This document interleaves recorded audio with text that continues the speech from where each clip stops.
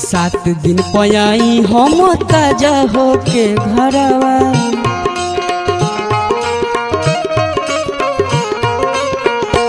होखेला जियान हमर कुल गाड़ी भरवा।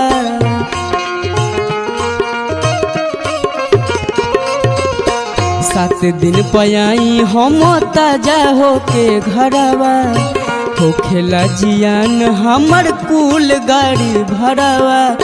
सुखल लवटी हम जाइला भोर होखते सोमा।